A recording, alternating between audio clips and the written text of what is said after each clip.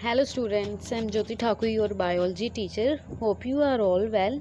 So today we will start with the daily review which we have discussed in earlier class like day 11 and day 12. So first the practice question 7.2 describe what happens when the cell in our body needs energy to perform transportation. like transportation क्या होती है कि जब energy जो है energy किस form में बन रही है एटीपी के फॉर्म में, तो जो एनर्जी है उसको ट्रांसपोर्टेशन के लिए कौन क्या चीज़ परफॉर्म होती है उसके बारे में. So the cells in a body need energy to perform transportation. The following steps happens.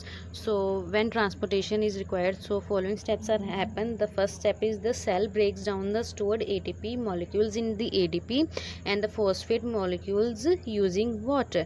So जब हमें एनर्जी की ज़रूरत पड़ती है, एटीपी किस फॉर्म में बन रही है, एनर्जी किस फॉर्म में बन रही है एटीपी, कब, जब इनऑर्गेनिक फॉस्फेट जो है वो एटीपी के साथ आके एडीपी के साथ आके ज्वाइन हो जाता है, तो वो एडिनोसाइन डाइफॉस्फेट से क्या बन जाता है, एडिनोसाइन ट्राइफॉस्फेट. एंड जब एनर्जी की ज़रूरत पड़ती है हमें, देन एटीपी एडिनोसाइन ट्राइफॉस्फेट से वो डाइफॉस्फेट हो जाता है. मतलब कि 3 फॉस्फेट ग्रुप जो होते हैं उसके पास, वो 3 फॉस्फेट में से जब एक निकल जाता है तो कितने फॉस्फेट रह जाते हैं, 2.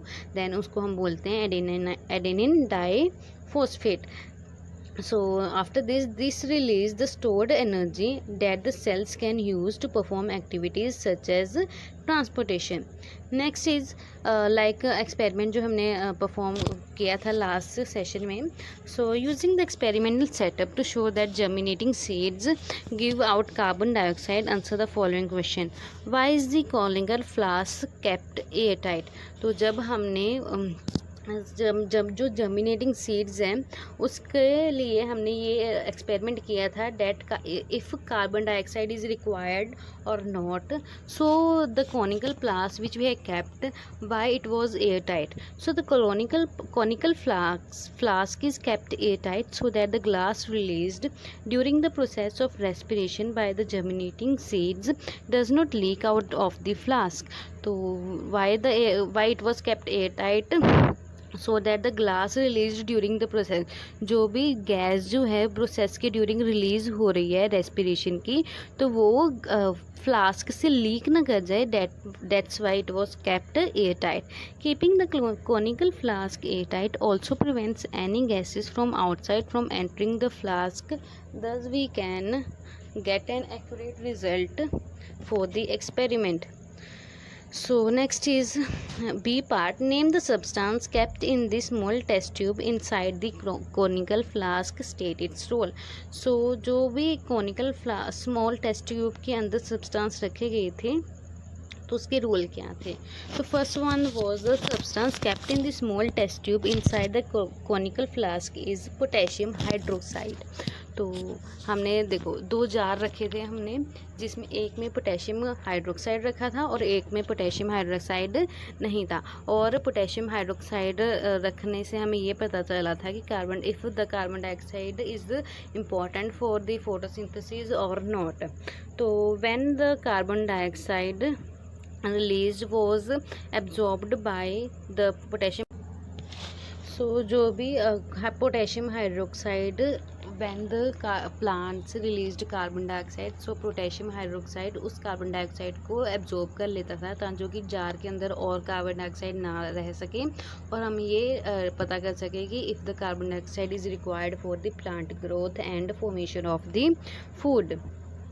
So next is C part. Why does water rise in the delivery tube?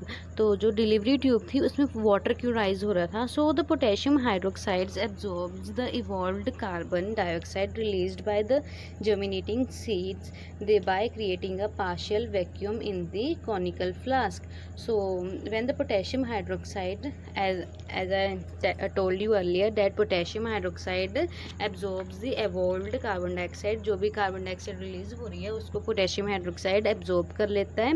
Okay, सो एक वैक्यूम क्रिएट कर देता है. वैक्यूम का मीनिंग होता है जिसमें कोई भी एयर प्रेजेंट नहीं होती है सराउंडिंग में, देन उस स्टेट को हम वैक्यूम स्टेट बोलते हैं.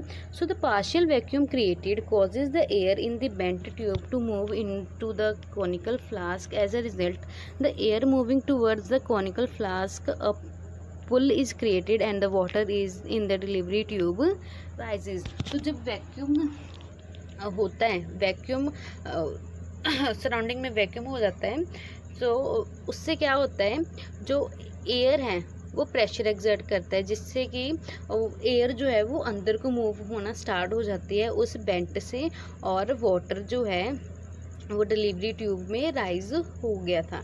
So next is why are the different ways in which glucose is oxidise to provide energy in various organisms. So glucose क्या है, हम एक एनर्जी का सोर्स है जिसकी ब्रेक डाउन करके हमें एनर्जी वगैरह मिलती है. तो ग्लूकोज की ब्रेक डाउन के डिफरेंट पाथवेज हैं. ओके, आपने देखा ही है, like aerobic pathway, anaerobic pathway and lack of oxygen. So ये ग्लूकोज जो है ये डिफरेंट पाथवेज में क्यों ऑक्सीडाइज हो रहा है. सो द ग्लूकोज के जो डिफरेंट वेज हैं वो हम पता करते हैं. So first is glucose is first converted into pyruvate in the cytoplasm. तो फर्स्ट ग्लूकोज क्या करता है, ग्लूकोज का क्या होता है, ग्लूकोज की ब्रेकडाउन होके वो पायरोवेट में कन्वर्ट होता है. किस में होता है, सेल के साइटोप्लाज्म में ग्लूकोज जो है वो पायरोवेट में कन्वर्ट हो जाता है. ओके, देन पायरोवेट जो है, अब पायरोवेट जो है वो 3 वेज में ब्रेक डाउन होता है. कहाँ पे ब्रेक डाउन होता है, इन माइटोकॉन्ड्रिया. अब ये जो प्रोसेस है वो माइटोकॉन्ड्रिया में होता है.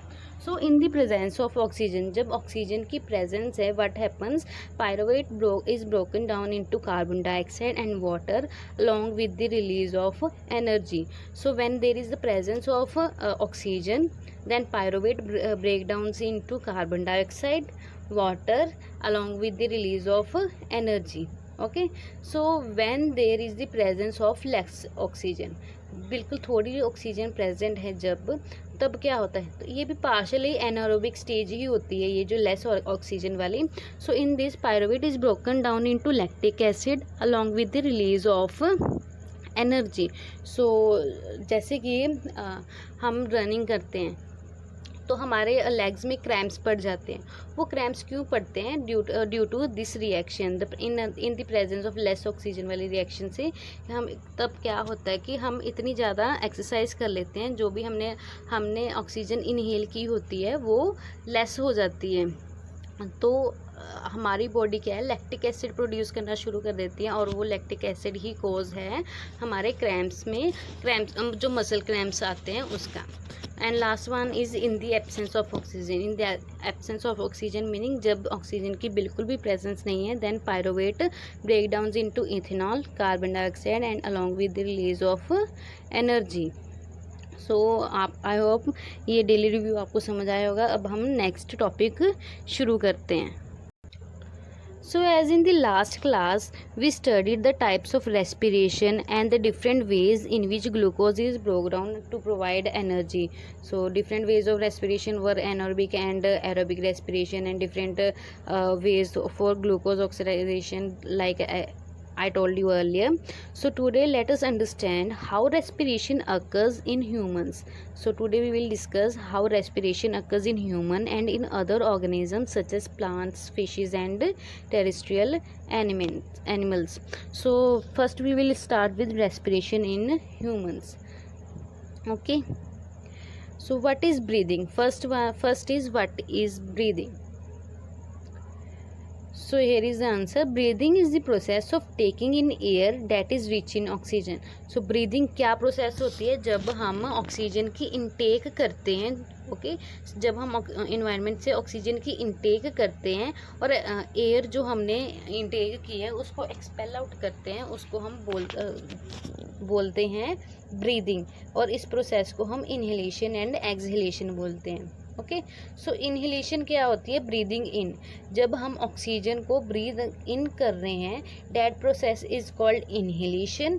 And when we breathe out, जब हम कार्बन डाइऑक्साइड को ब्रीद आउट करते हैं, that process is called exhalation. So inhalation, जब इनहेलेशन करते हैं हम, तब air is rich in oxygen. तब रिच का मीनिंग ये होता है कि उस एयर में ज़्यादा ऑक्सीजन प्रेजेंट होती है, और जब हम ब्रीद आउट करते हैं तो ब्रीद आउट वाली एयर में सबसे ज़्यादा क्या प्रेजेंट होता है, कार्बन डाइऑक्साइड। तो इससे हमें क्या पता चल रहा है, that we inhale oxygen and exhale out carbon dioxide. So breathing helps us exchange gases with the environment. Let us understand how this happens. So first is, as we know that this is the respiratory system which help in the exchanging of gases with the environment. So we breathe in and breathe out through the nose, right? जो भी oxygen हम breathe in करते हैं वो with it causes with the help of nose. Then the air goes to pharynx, larynx, trachea, bronchi, alveoli, and ये सभी हम आगे डिस्कस करेंगे. So when we breathe in and air enters the nose, what happens to the air inside the nose? तो जब हम breathe in करते हैं तो जो air है वो उस nose में क्या होता है. So the air we breathe in enters the nose through the two nostrils and passes through the nasal cavity where it gets filtered.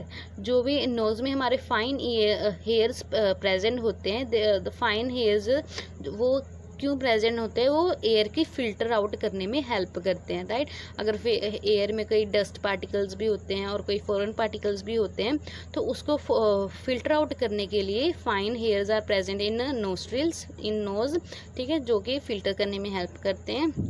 And the mucus lining helps trap the dirt. और जो भी dirt वगैरह air में आई होती है तो mucus lining क्या करती है, उस डर्ट को ट्रैप करने में हेल्प करती हैं.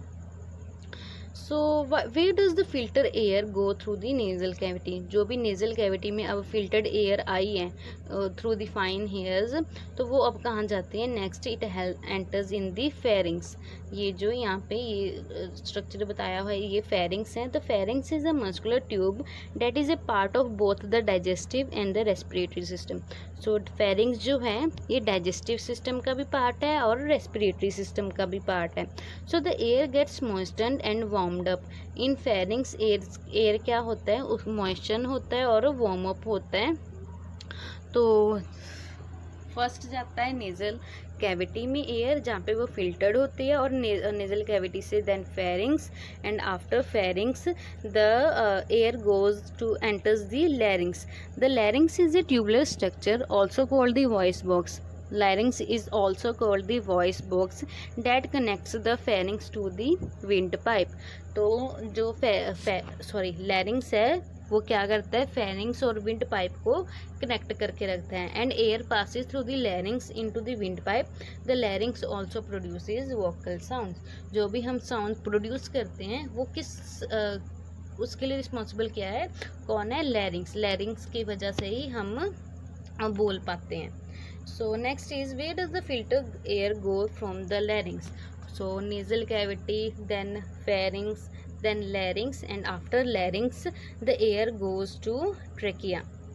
So after larynx the air enters the trachea or windpipe. So in the air passes through trachea into the lungs. The trachea is a tubular structure that has the rings of cartilage. तो ये देखो ये structure आपको show हो रहा है, right. तो ये ऐसा स्ट्रक्चर होता है ट्रैकिया का जहाँ पे रिंग लाइक स्ट्रक्चर्स होते हैं. इसको हम विंड पाइप भी बोलते हैं, जो कि लंग्स को कनेक्ट करके रखते हैं. किसके साथ, लंग्स को connect. So the ring of cartilage present in the trachea support the trachea from falling. Touch your trachea and feel the rings of cartilage. Okay, जब आप यहाँ जो ये पार्ट है यहाँ पे अगर आप टच करोगे तो आपको रिंग्स फील होंगी, कि ट्रैकिया फील होगा जिसमें कि रिंग्स भी फील होंगी आपको. ओके, सो आप ये एक्टिविटी करके देखना घर में. So the where does the filtered air go from the trachea. अब ट्रैकिया में जब फिल्टर्ड एयर आई तो ट्रैकिया के बाद कहाँ पे जाती है वो air, after trachea it goes and enter in the bronchi. So bronchi has the two tubular structure with mucus lining that start from the trachea and open into each side of the lungs. तो जो bronchi होती हैं ये जो branch like यहाँ पे starting जो होती है, तो bronchi क्या है, एक ट्यूबुलर स्ट्रक्चर है जिसमें कि म्यूकस लाइनिंग भी प्रेजेंट होती है.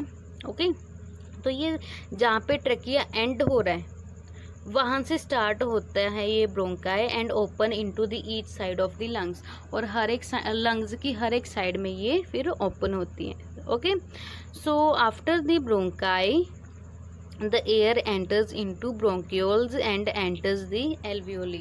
सो जब लंग्स में क्या प्रेजेंट होते हैं, लंग्स में जो लंग्स है हमारे, लंग्स में कहाँ से स्टार्टिंग हो रही है एयर की, ब्रोंकाई से। सो ब्रोंकाई से फिर देन कहाँ पे गया एयर, ब्रोंक्यूल्स में, and after bronchioles it enters the alveoli। So the bronchioles are the air passage that open into the alveoli। Okay, तो ब्रोंक्यूल्स क्या होते हैं, देखो, okay let me show you. So this is bronchiole, wait a minute, ये जो है ये bronchiole है।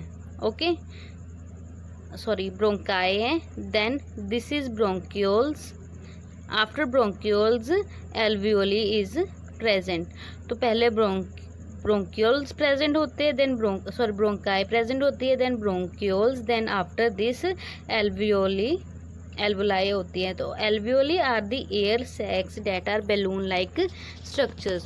तो एल्वुलाई क्या होते हैं, वो एक एयर सैक होते हैं जो जिसका स्ट्रक्चर कैसा होता है, बैलून लाइक स्ट्रक्चर होता है।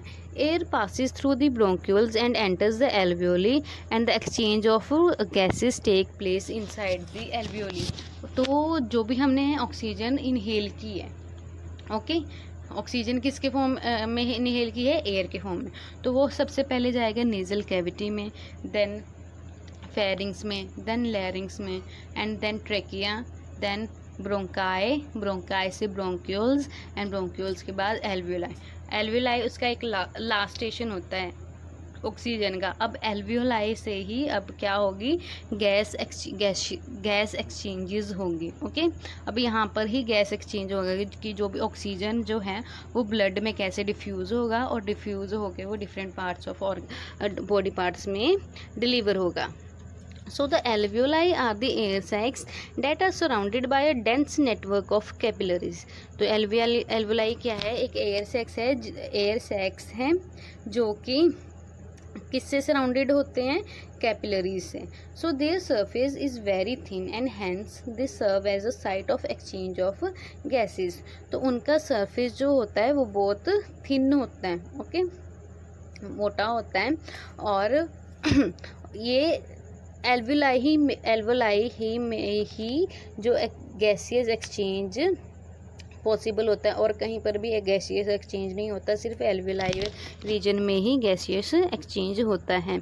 So when we breathe in the diaphragm flattens, as a result the chest cavity becomes larger, the oxygen rich air fills up the alveoli in the lungs. तो जब हम breathe इन करते हैं तो वो जो डायफ्राग्राम होता है हमारा वो फ्लैटन हो जाता है। क्यों होता है, क्योंकि हमारी चेस्ट कैविटी है जो वो लार्जर हो जाती है। So the exchange of gases in the alveoli, how exchange of gases in alveoli occurs? So the in alveoli it is rich in oxygen, right? alveoli में ऑक्सीजन प्रेजेंट है, तो alveoli के अराउंड जो blood capillaries present है जिसमें कि blood है, अब ब्लड जो है it is rich in carbon dioxide. अब यहाँ पे क्या होता है, ब्लड जो है वो कार्बन डाइऑक्साइड एल्वुलाई में डिलीवर करता है, और जो एल्वुलाई में ऑक्सीजन होती है वो ब्लड में डिफ्यूज़ करता है। इस प्रोसेस को हम डिफ्यूजन भी बोलते हैं और एक्सचेंज ऑफ गैसेस भी बोलते हैं। क्यों बोलते हैं, बिकॉज जो ब्लड से जो carbon dioxide different parts of body से आया था वो एल्वुलाई में डिलीवर होता है, और जो एल्वुलाई में ऑक्सीजन प्रेजेंट थी वो ब्लड में डिलीवर होती है, ठीक है। So due to the different concentration in oxygen diffuses from the alveoli into the blood, and carbon dioxide diffuses from the blood into the alveoli. So diffusion of gases through the alveoli into the blood alone is not enough for transporting the gases of all parts of the body। तो सिर्फ gases alveoli के through gases को exchange करना ही पूरा enough नहीं होता gases को transport करने के लिए। So some special pigments called respiratory pigment exist in the blood. तो ब्लड में रेस्पिरेटरी पिगमेंट्स प्रेजेंट होते हैं जिनको हम बोलते हैं red blood cells. Red blood cells have high affinity towards oxygen, they carry oxygen from lungs to all cell. तो blood में क्या प्रेजेंट होता है, रेड ब्लड सेल्स प्रेजेंट होते हैं जो लंग्स से ऑक्सीजन कैरी करके डिफरेंट पार्ट्स ऑफ बॉडी में ट्रांसपोर्ट करने में हेल्प करते हैं। और in humans this pigment is called haemoglobin. इस पिगमेंट को हम ह्यूमंस में इस पिगमेंट को हम क्या बोलते हैं, haemoglobin. So the haemoglobin carries the oxygen to all the cells in the body. So haemoglobin क्या करते हैं, सारे बॉडी से पार्ट्स में सेल बॉडी में ऑक्सीजन डिलीवर करते हैं। Then the cell use this oxygen to the break down the nutrients and release energy. So जो लंग्स से ऑक्सीजन हीमोग्लोबिन ने कैरी की थी वो डिफरेंट सेल्स के पास वो डिलीवर कर देता है। अब सेल को जब ऑक्सीजन मिली, तो सेल को जब ऑक्सीजन मिली तो ग्लूकोज की क्या हुई, ब्रेकडाउन हुई सेल के अंदर, राइट। तो ग्लूकोज ने वो 3 पाथवे फॉलो किए। तो अगर ऑक्सीजन ज़्यादा होगी तो वो प्रेजेंस ऑफ ऑक्सीजन का वे फॉलो करेगा और कार्बन डाइऑक्साइड और एटीपी वगैरह प्रोड्यूस करेगा। Then in this process carbon dioxide is produced as a by product. तो यहाँ से कार्बन डाइऑक्साइड प्रोड्यूस होगी और अब ये जो कार्बन डाइऑक्साइड है वो वापस लंग्स के पास भेजी जाती हैं ताकि कि हम उसको एक्सहेल आउट कर सकें। So unlike the oxygen only some amount of carbon dioxide is carried by the hemoglobin. The rest of carbon dioxide gets dissolved in the blood and transported to the lungs.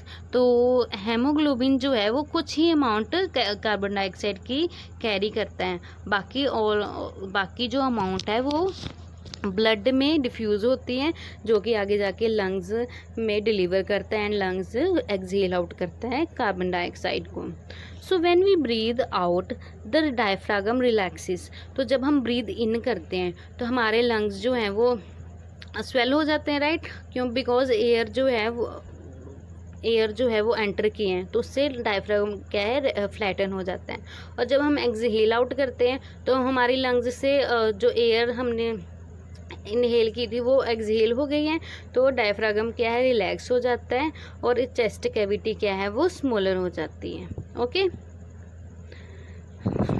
I hope आपको ये समझ आया होगा। तो अब हम आगे करते हैं। So in your book practice question 9.1, in plants which gas is eliminated at night and why. तो प्लांट्स में कौन सी गैस जो है वो नाइट में एलिमिनेट होती है और क्यों। ऑक्सीजन बिकॉज, ये मतलब कि ऑप्शन है आपके, oxygen because plants perform respiration, carbon dioxide because plant perform respiration, oxygen because plant form photosynthesis and carbon dioxide because plant perform photosynthesis. तो मैं आपको 15 सेकेंड दे रही हूँ, आप ये एमसीक्यू इसको एक को टिक करें, फिर देखते हैं आपका क्वेश्चन आंसर सही है या नहीं।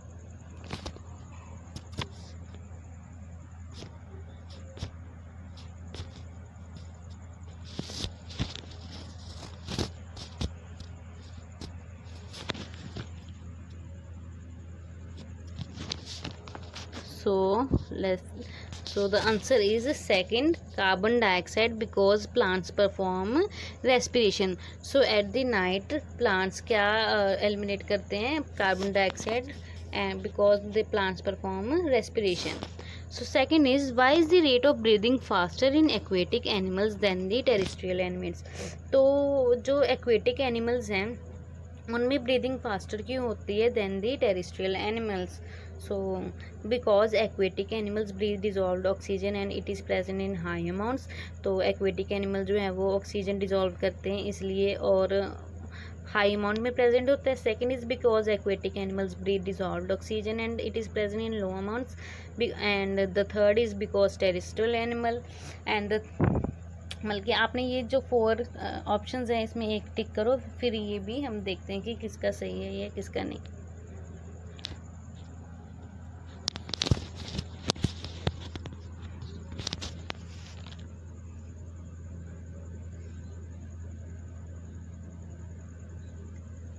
Okay, so the right answer is because aquatic animals breathe dissolved oxygen and it is present in low amounts. That's why. Okay. So next question 9.2. Then the breathing cycle occurs in the rhythmic manner, whereas the exchange of gases in our body does not occur in the same manner. Justify the statement. तो आपने ये जो steps दिए हुए हैं box में, इसके हिसाब से आंसर लिखना है एक, तो आप लिख लेना बाद में। तो मैं इसका आंसर अभी आपके साथ शेयर कर देती हूँ। So the 1 minute. So the breathing cycle occurs in a rhythmic manner because it involves inhalation and exhalation that cause the diaphragm to contract and relax. जो तो breathing cycle है ह्यूमन बींग्स में, तो उसमें क्या होता है कि रिदमिक मैनर में होता है बिकॉज ये इनहेलेशन और एक्सहेलेशन इन्वॉल्व करता है, जिसमें कि डायफ्रागम क्या होता है, contract and relax. When we breathe in the diaphragm contracts and this increases the volume of lungs. Similarly when we breathe out the diaphragm relaxes and this decreases the volume of lungs. This causes rhythmic pattern while breathing. The exchanging of gases on the other hand occurs between the blood and all the cells in body due to diffusion. So जो breathing है, inhalation और exhalation, वो rhythmic manner में होती है because diaphragm जो है वो रिलैक्स एंड कॉन्ट्रैक्ट होता है. But in exchange of gases the blood and the cells in the body due to diffusion. This is the continuous process that occurs throughout the body as per the need. Hence the breathing cycles and exchange of gases in our body do not occur in the same manner. तो इसीलिए वो same manner में नहीं होता है because जब gases exchange होती है तो वो डिफरेंट पार्ट्स ऑफ बॉडी में डिफ्यूजन होती हैं, तो वो एक टाइम पे तो होती नहीं है. तो इसीलिए जो ब्रीदिंग साइकिल है और एक्सचेंज ऑफ गैसेज है, they do not have the same manner. Next question is name the respiratory pigment found in human beings. So respiratory pigment which is found in human beings is hemoglobin, which is rich in oxygen. How is the carbon dioxide transferred in the body? तो carbon dioxide body में कैसे transfer होती हैं?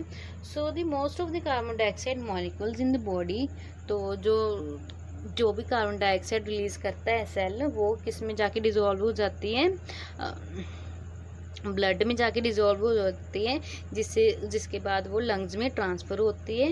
Okay, in the dissolve form. The carbon dioxide can combine with haemoglobin and get transported through blood.